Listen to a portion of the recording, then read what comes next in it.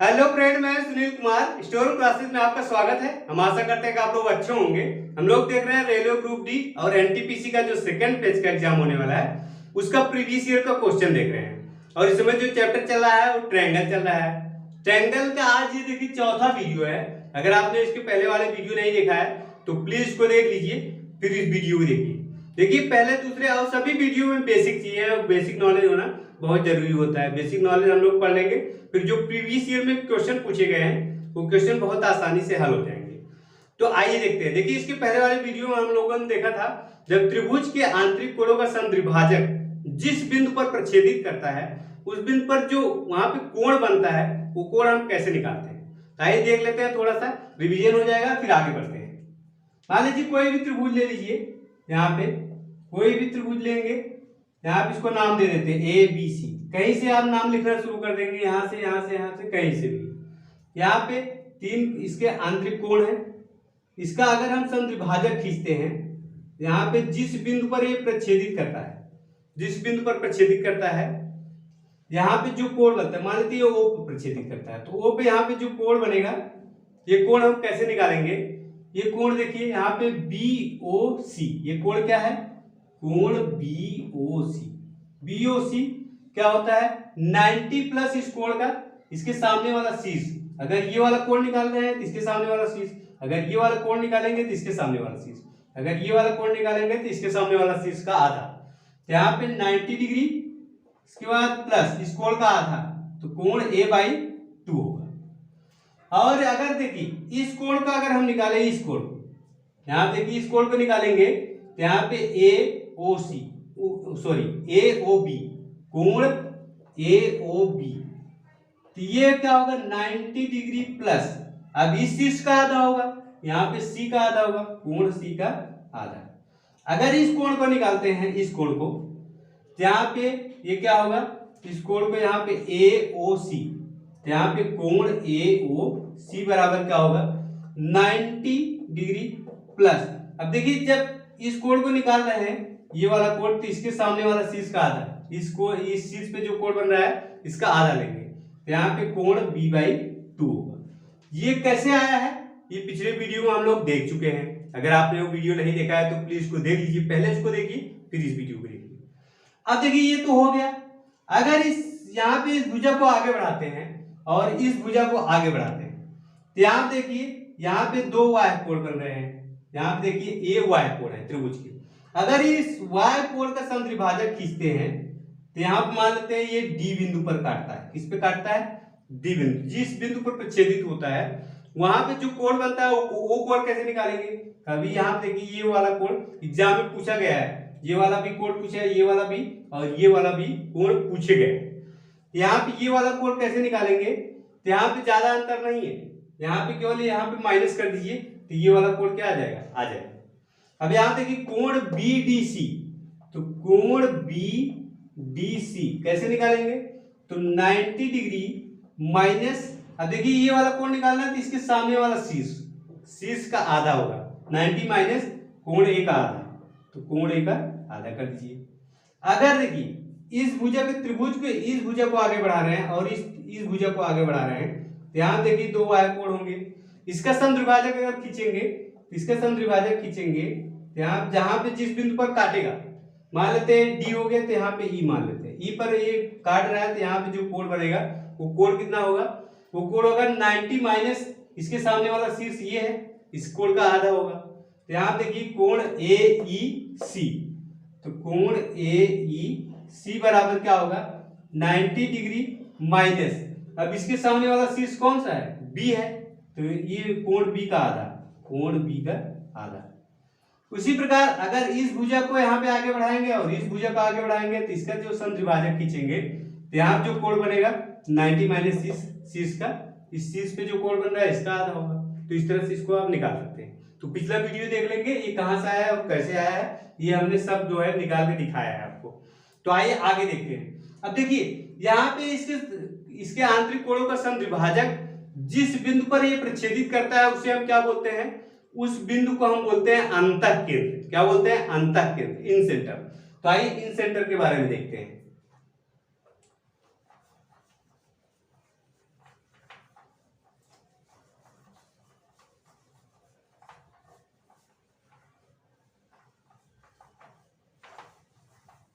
अंतःकेंद्र।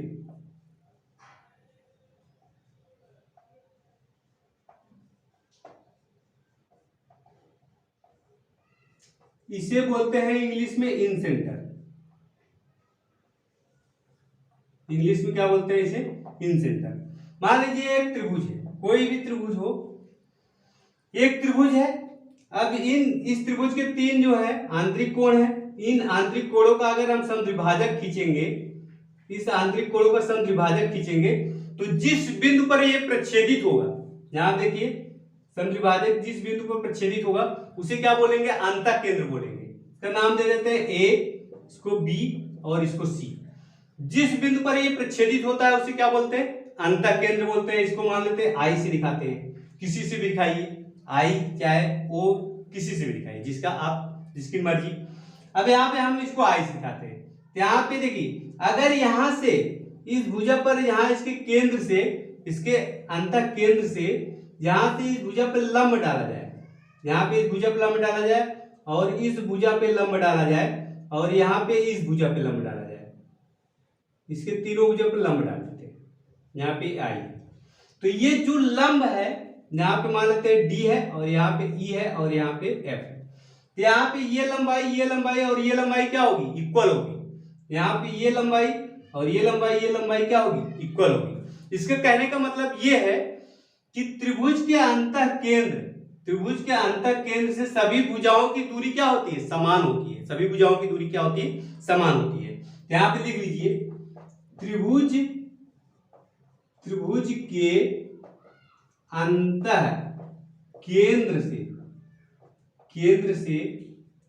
अंतःकेंद्र से त्रिभुज के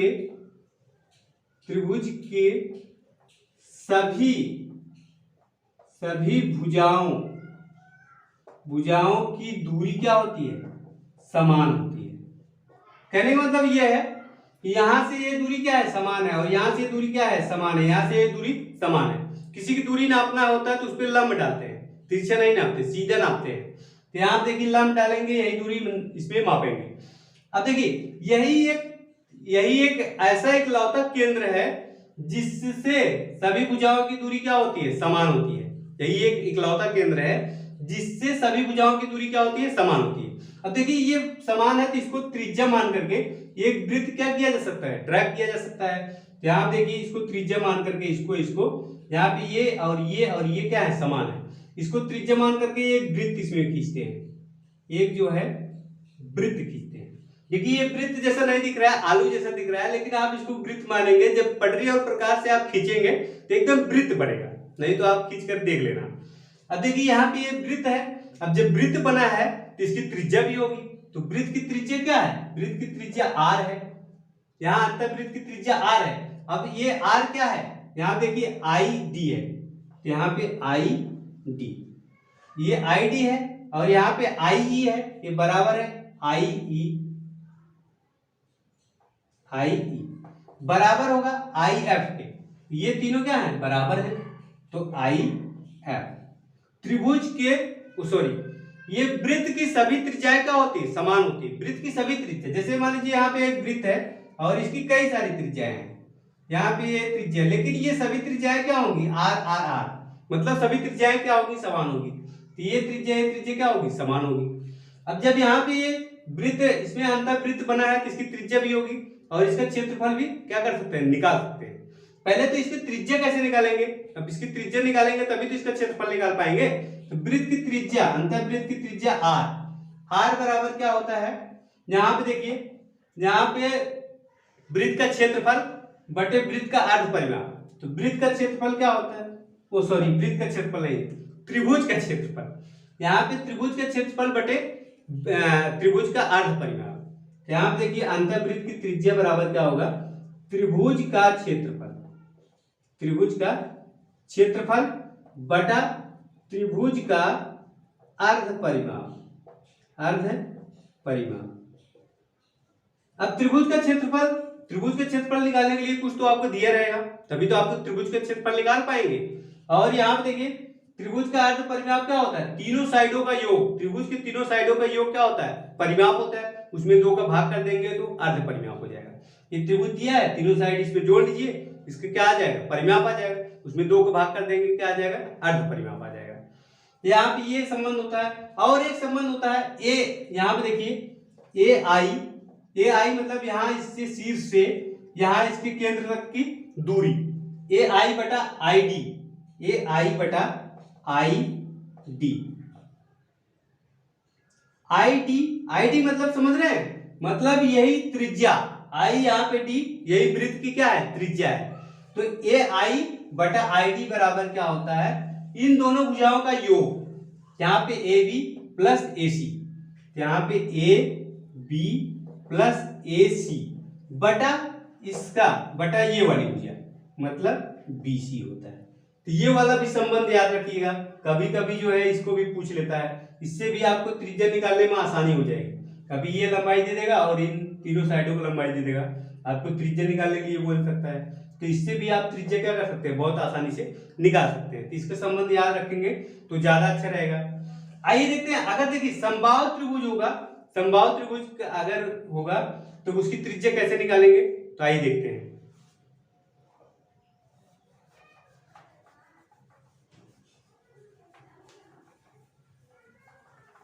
मान लेते हैं ये त्रिभुज समबाहु त्रिभुज है, समबाहु त्रिभुज है तो इसकी तीनों साइड क्या होंगी, इक्वल होंगी। तो इसकी साइड मान लेते हैं, इसकी साइड ए है और इसकी भी साइड ये जो है यहां से यहां तक ए है और इसकी भी साइड ये ए है। तीनों साइड हमको मिल गया, तीनों साइड मिल गया तो इसका देखिए इसका क्षेत्रफल निकाल लेते हैं। वृत्त का क्षेत्रफल क्या होता है, ओ सॉरी वृत्त का बार बार आ रहा है। त्रिभुज का क्षेत्रफल क्या होता है, हाफ बेस इंटू हाइट, हर त्रिभुज के लिए लागू होता है। तो यहाँ पे त्रिभुज का क्षेत्रफल होता है हाफ बेस इंटू हाइट। यहां पे बेस तो इसका पता है, इसकी हाइट नहीं पता है। अगर यहाँ पे देखिए, अगर ये समबाहु त्रिभुज है तो यहां से इस पे लंब खींचते हैं, यही होगा लंब, और यही इसकी क्या है, इसकी हाइट है, यही इसकी लंब, यही इसकी हाइट है। अब यहाँ पे देखिए दो त्रिभुज इसमें बन रहा है, देखिए अलग से त्रिभुज बना रहे हैं, इसमें बहुत काफी चित्र बन गया इसलिए समझ नहीं आया। यहाँ पे मान लेते हैं ए और यहाँ पे बी और यहाँ पे सी। अब ये समबाहु त्रिभुज है, इसकी तीनों साइड क्या होंगी, इक्वल होंगी, ए ए ए। यहाँ पे इस शीर्ष से यहाँ पे एक लंब खींचिए, कोई जरूरी नहीं है इसी शीर्ष से लंब खींचे, इस शीर्ष से भी यहाँ पे लंब खींच सकते हैं, इस शीर्ष से भी लंब खींच सकते हैं, मतलब वही होगा। अब यहाँ देखिए ये इसकी हाइट है, हाइट हमें पता चल जाए तो इसका क्षेत्रफल हम क्या कर सकते हैं, निकाल सकते हैं। यहाँ पे हाइट, अब देखिए जब इस पे लंब खींचेंगे तो ये 90 डिग्री होगा। अब ये दो त्रिभुज, इसमें दो समकोण त्रिभुज बन गए हैं, दो राइट एंगल इसमें बन गए, एक ये और एक ये। तो यहाँ पे त्रिभुज ए और यहाँ पे मान लेते हैं ये डी, ये क्या मान लेते हैं डी, और यहाँ से यहाँ तक भुजा ये है। तो यहाँ पे त्रिभुज ए डी बी, त्रिभुज ए डी बी में ये क्या है, ये कर्ण है, ये लंब है और क्या है, आधार है। सबसे बड़ी वाली भुजा क्या होती है, यहाँ पे कर्ण होती है। इसमें हम पाइथागोरस प्रमेय लगा सकते हैं यहाँ पे इसको निकालने के लिए। तो यह लंब बराबर क्या होता है, लंब का स्क्वायर बराबर होता है कर्ण का स्क्वायर माइनस आधार का स्क्वायर होता है, ये पाइथागोरस प्रमेय से। यहाँ पे देखिए हमें कर्ण मालूम है और आधार देखिए ये इसको दो बराबर भागों में क्या करता है, डिवाइड करता है। यहाँ पे यहाँ से यहाँ तक ए है तो ये क्या हो जाएगा, ए बाई 2, और ये क्या हो जाएगा, ए बाई 2 हो जाएगा। जब यहाँ पे आधार मालूम है, कर्ण मालूम है, तो लंब आसानी से निकाल सकते हैं। लंब हमारे क्या है, एच का स्क्वायर बराबर कर्ण का स्क्वायर, कर्ण क्या है, ए है, तो ए का square minus Aadhaar A by 2 का स्क्वायर। अब यहाँ पे देखिए, यहाँ पे ए स्क्वायर माइनस यहाँ पे ए स्क्वायर बटा यहाँ पे 2 दूनी 4, इसका स्क्वायर करेंगे 4 आ जाएगा। अब इसका पूरा इसमें कर दीजिए तो 4 ए स्क्वायर माइनस ए स्क्वायर बटा कितना हो जाएगा 4। यहाँ पे 4 ए स्क्वायर में से ए स्क्वायर घटाएंगे 3 ए स्क्वायर आएगा, 3 ए स्क्वायर बटा कितना हो जाएगा 4। ये एच स्क्वायर बराबर आया है, एच स्क्वायर बराबर आया है, तो यहाँ से स्क्वायर हटा देंगे तो ये क्या चला जाएगा, अंडर रूट में चला जाएगा। तो एच बराबर क्या हो जाएगा, यहाँ पे हो जाएगा अंडर रूट में 3a स्क्वायर बटा 4। यहाँ पे a स्क्वायर और यहाँ पे ये 4 दो बाहर आ सकता है, यहाँ पे हो जाएगा a√3/2। यहाँ पे हाइट हमें मिल गई, इसकी ऊंचाई हमें मिल गई। अब इसका क्षेत्रफल क्या कर सकते हैं, आसानी से निकाल सकते हैं। तो आइए देखते हैं।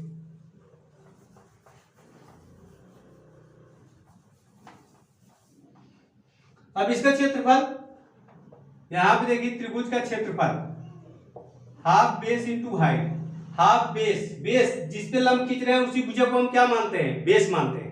तो यहाँ पे ये बेस हो गया, तो ये बेस यहाँ से इसकी लंबाई कितनी है, ए है, तो ए गुणे इंटू हाइट, हाइट कितना निकाला है यहाँ पे √3/2a, तो √3/2a।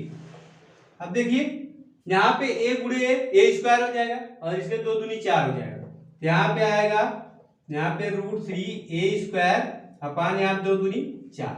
ये क्या आ गया, वृत्त का क्षेत्रफल आ गया। वृत्त के क्षेत्रफल में इसके अर्ध परिमाप से भाग दे दीजिए, तो यहाँ पे अर्ध परिमाप से भाग दे देंगे तो अंतःवृत्त की त्रिज्या आ जाएगी। तो अंतःवृत्त की त्रिज्या r बराबर यहाँ वृत्त का क्षेत्रफल 3a²/4 और इसका परिमाप, जब समबाहु त्रिभुज है, समबाहु त्रिभुज का परिमाप क्या होता है, तीनों भुजाओं का योग होता है, परिमाप होता है, उसमें 2 को भाग कर दीजिए, तीनों भुजा का योग करेंगे a 3a हो जाएगा, 3a/2। यहाँ पे देखिए अर्ध परिमाप 3a/2। अब ये 2 का गुणा ऊपर होगा, इसका गुणा इसके साथ और इसका गुणा इसके साथ होगा, तो यहाँ पे गुणा होगा तो यहाँ पे हो जाएगा 2√3a² और बटे यहाँ पे इसका गुणा इसमें होगा 3 चौक 12, 12a, तो एक a से एक a कैंसिल हो जाएगा, 2 से a कैंसिल हो जाएगा, 2 छंग 12, तो यहाँ पे आएगा √3a बटा यहाँ पे आएगा 6। अभी भी यहाँ पे देखिए इसको लिख सकते हैं 2 गुणे 3 लिख सकते हैं, 3 दूनी 6, 2 गुणे 3 लिख सकते हैं और 3 को √3 गुणे √3 लिख सकते हैं। यहाँ पे एक √3 से कट जाएगा, तो यहाँ पे क्या बचेगा, यहाँ पे बचेगा r बराबर a/2√3। यहाँ पे देखिए एक √3 कट गया है क्योंकि 2 गुणे √3 क्या होता है, 6 होता है, तो एक √3 कट गया, यहाँ पे a/2√3 आ गया। मतलब अंतःवृत्त की त्रिज्या क्या होती है, अगर समबाहु त्रिभुज के लिए अंतःवृत्त की त्रिज्या क्या होती है, r बराबर a/2√3। तो ये इसको याद रखिएगा, कभी कभी क्या क्वेश्चन पूछा हुआ है, रेलवे में ही पूछा गया क्वेश्चन है, इसको याद रखेंगे तो आपको निकालना नहीं पड़ेगा, एग्जाम में निकालने में इतना टाइम आपको नहीं रहता। और समबाहु त्रिभुज के लिए क्वेश्चन पूछा गया है, तो याद रखेंगे अंतःवृत्त की त्रिज्या क्या होती है, a/2√3 और y वृत्त की त्रिज्या क्या होती है, a/√3 होता है। अभी y वृत्त को हम दिखाएंगे। तो ये हो गया अंतः केंद्र के बारे में। अब देखिए अंतः केंद्र, यहाँ पे जो कोण बनता है, जैसे यहाँ पे देखिए इसका समद्विभाजक खींचेंगे तो यहाँ पे मिलता है, मान लीजिए यहाँ पे आई पे मिलता है। अब यहाँ पे जो कोण बनता है, ये कोण क्या होता है, ये कोण के बारे में अभी हम लोगों ने देख चुके हैं, जब यहाँ अंतः कोणों का समद्विभाजक खींचते हैं तो यहाँ पे इसके केंद्र पर जो कोण बनता है वो क्या होता है, 90 प्लस उसके सामने वाले शीर्ष का क्या होता है, आधा होता है। इसको देख चुके हैं, तो ये वाला आप लोग लिख लीजिएगा इसमें। तो आइए देखते हैं, देखिए अंतः केंद्र हो गया, अब अंतः केंद्र है तो वाह्य केंद्र भी होगा, तो आइए वाह्य केंद्र के बारे में देखते हैं।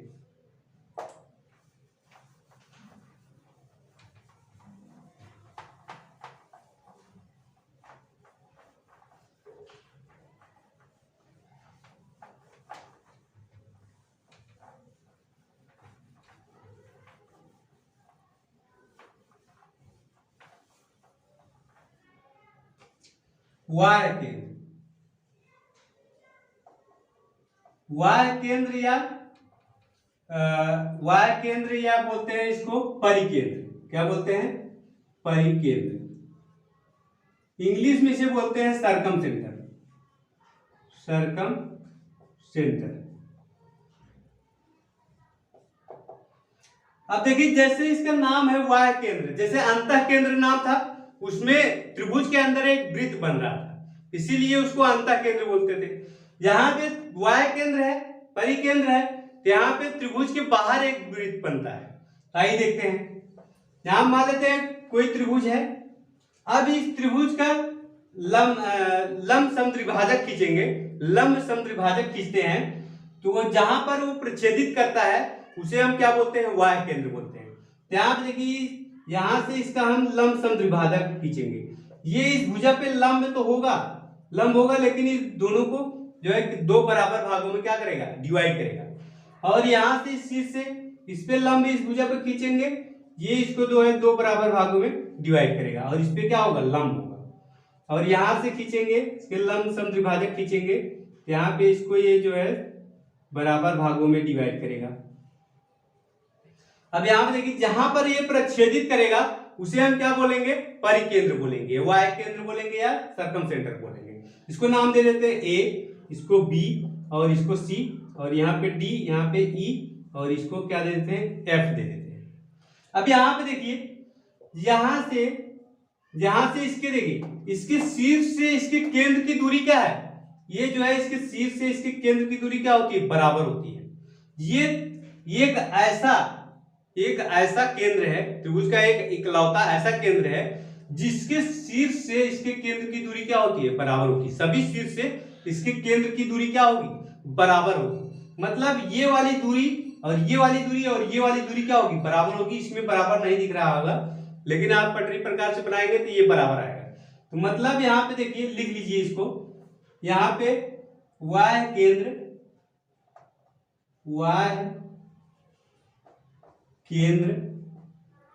त्रिभुज का इकलौता केंद्र है जिससे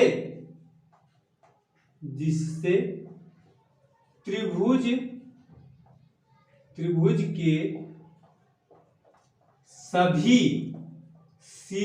के सभी शीर्षों से दूरी क्या होती है, बराबर होती है। सभी शीर्षों से दूरी बराबर होती है, समान होती है, बराबर होती है। यहां पे देखिए, कहने का मतलब ये है, ये दूरी और ये दूरी क्या है, बराबर होती है। यहां देखिए, वाह्य केंद्र त्रिभुज का एक जो है इकलौता केंद्र है जिससे त्रिभुज के सभी शीर्षों से दूरी क्या होती है, बराबर होती है। मतलब यहाँ पे देखिए, ये शीर्ष हो गया, अब इससे यहाँ से इसके केंद्र की दूरी, और ये शीर्ष हो गया यहाँ से इसके केंद्र की दूरी, ये शीर्ष हो गया यहाँ से इसके केंद्र की दूरी क्या होती है, बराबर होती है। मतलब ये दूरी और ये दूरी, ये और ये क्या है, इक्वल है। अब इसी को हम त्रिज्या मान करके, अब जब ये दूरी बराबर है तो इसी को त्रिज्या मान करके क्या कर सकते हैं, ये वृत्त जो है ड्रा किया जा सकता है। यहाँ पे इसको त्रिज्या मान करके एक वृत्त ड्रा कीजिए। यहाँ पे एक वृत्त ड्रा करेंगे जो इसके शीर्ष से होकर जाएगा। यहाँ पे आपको वृत्त जैसा नहीं दिख रहा होगा, थोड़ा तिरछा हो गया होगा, लेकिन इसको आप वृत्त समझेंगे। अब देखिए, ये वृत्त हो गया। अब वृत्त है तो इसकी त्रिज्या भी होगी। जैसे अभी हम लोगों ने अंतर्वृत्त देखा था, उसकी त्रिज्या थी, इसकी भी त्रिज्या होगी। अब देखिए, यहाँ पे थोड़ा कंफ्यूजन होता है।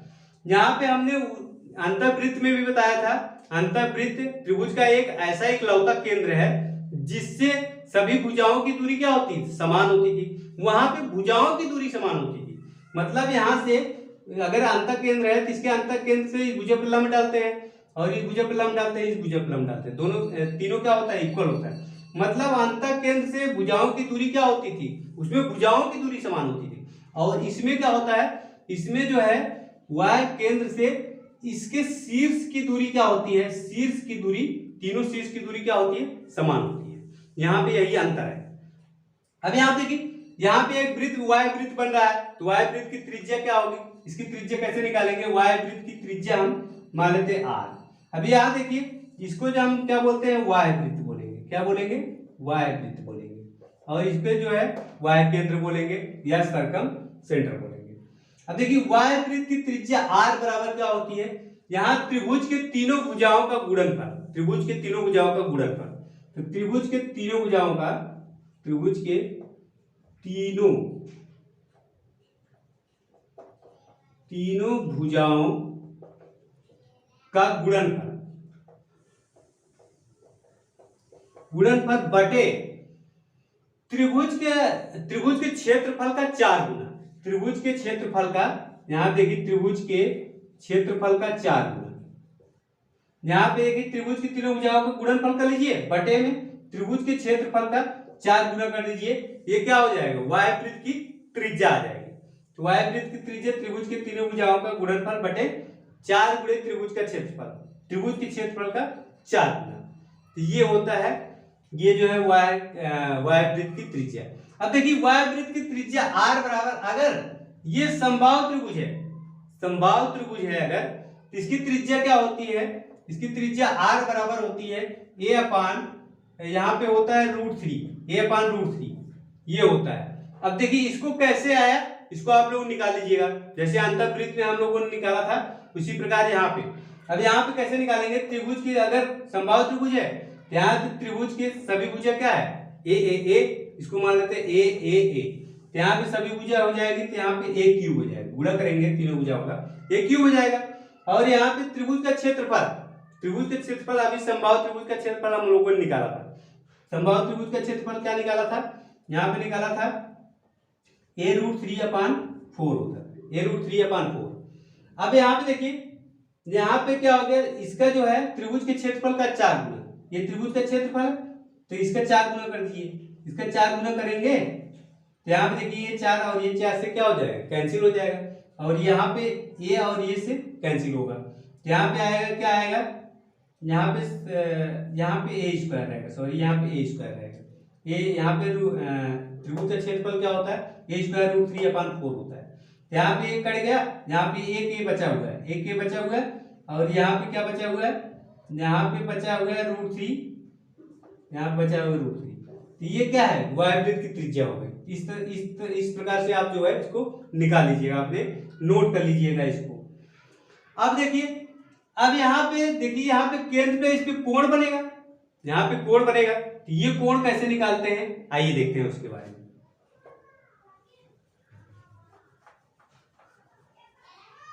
देखिए इसमें जो है ये त्रिज्या, ये सब याद रखिएगा, ये क्वेश्चन डायरेक्ट जो है पूछा गया है, अभी हम क्वेश्चन करवाएंगे उसमें।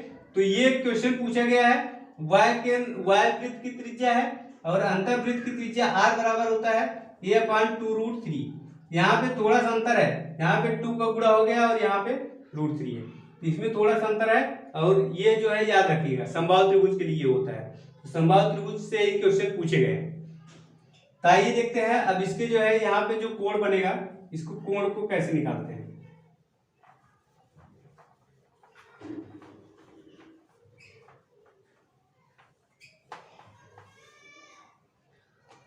यहाँ पे देखिए ये कोण जो है यहाँ पे BOC, कोण BOC, यहाँ पे O मान लेते हैं, यहाँ पे क्या मान लेते हैं O मान लेते हैं। तो कोण BOC बराबर क्या होगा, कोण BOC बराबर, अभी ये वाला कोण निकाल रहे हैं, तो इसके सामने वाला शीर्ष, ये सामने यहाँ पे जो कोण बन रहा है इसका 2 गुना कर दीजिए।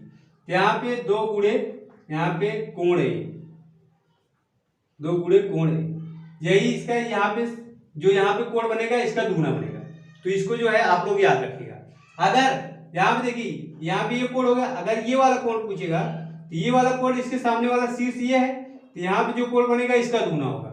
मतलब यहाँ पे देखिए AOB, कोण AOB बराबर क्या होगा, यहाँ पे C का दुगुना होगा, कोण C का दुगुना, कोण C का दुगुना।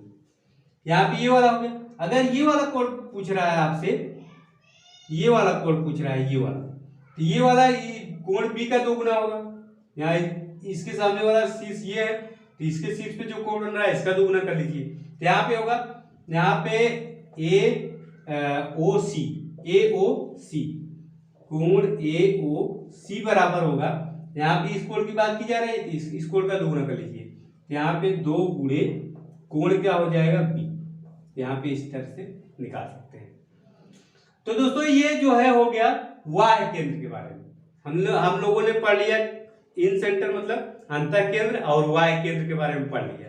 इससे संबंधित जो क्वेश्चन जो है पूछे गए हैं हमने बता दिया। अगर आप क्वेश्चन जो है ट्राई कर सकते हैं, जो उसमें NTPC और ग्रुप डी में पूछे गए हैं क्वेश्चन, उसको ट्राई कर सकते हैं। अभी 2 केंद्र बचा हुआ है, तो दोस्तों अगले वीडियो हम लोग देखेंगे। वीडियो लंबा हो जाता है तो थोड़ा बोरिंग हो जाता है, तो अगले वीडियो में हम फिर से मिलते हैं। वीडियो अच्छा लगा हो तो लाइक कीजिए, शेयर कीजिए और हमारे चैनल को सब्सक्राइब कीजिए। वीडियो देखने के लिए धन्यवाद। मिलते हैं नेक्स्ट वीडियो।